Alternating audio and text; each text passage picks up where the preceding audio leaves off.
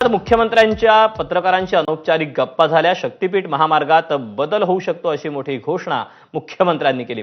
सोलापूर, सांगली आणि कोल्हापूरमध्ये बदल अपेक्षित असल्याचं मुख्यमंत्र्यांनी म्हटलं। तसंच पिंपरीतील युती केल्यास पक्षातील काही जण शरद पवारांना दावून मिळतील अशी भीती असल्याचं मुख्यमंत्र्यांनी म्हटलं। तर मुंबईत 100% युती होणार असल्याचं मुख्यमंत्री म्हणाले।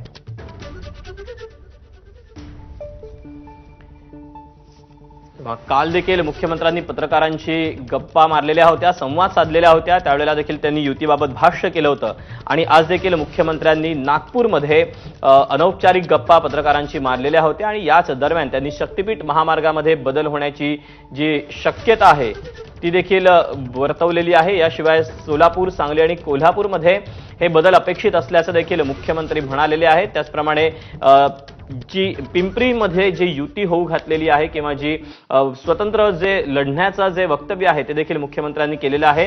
पिंपरीत युती केल्यास पक्षातील काही जण जे आहेत ते शरद पवारांना जाऊन मिळतील, त्यांच्या पक्षामध्ये सहभागी होतील अशी भीती मुख्यमंत्र्यांनी बोलून दाखवलेली आहे। तर मुंबईमध्ये मात्र 100% युती होणार असल्याचं पुन्हा एकदा मुख्यमंत्री म्हणालेले आहेत। आणि याबद्दलचे अपडेट आपण जाणून घेऊयात। रजत वशिष्ठ आपल्या सोबत आहे।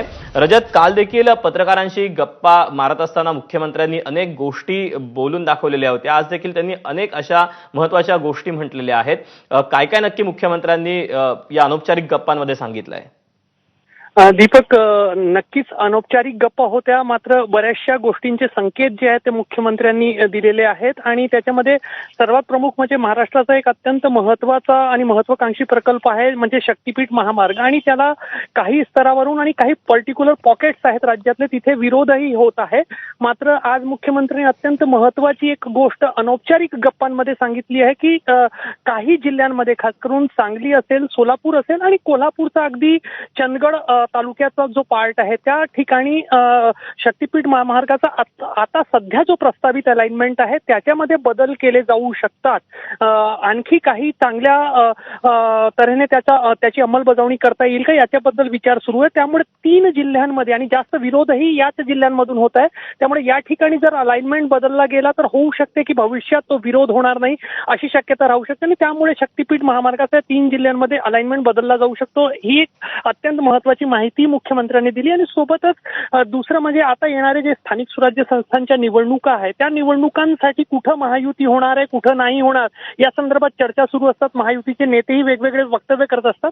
मात्र मुंबईमध्ये निश्चितपणे महायुती होणार आणि तिन्ही पक्ष एकत्रितरित्या निवडणुकींना सामोरं जाणार आहे। मात्र जो MMR रिजन आहे मुंबई महानगर क्षेत्राचा आणि तिथे जे इतर महानगरपालिका आहेत तिथे अजूनही महायुती ठामपणे होईलच असं निश्चित नाही। काही ठिकाणी महायुती होऊ शकते, काही ठिकाणी पक्ष जे आहेत ते वेगवेगळे लढू शकतात असे संकेत सुद्धा मुख्यमंत्र्यांनी दिले।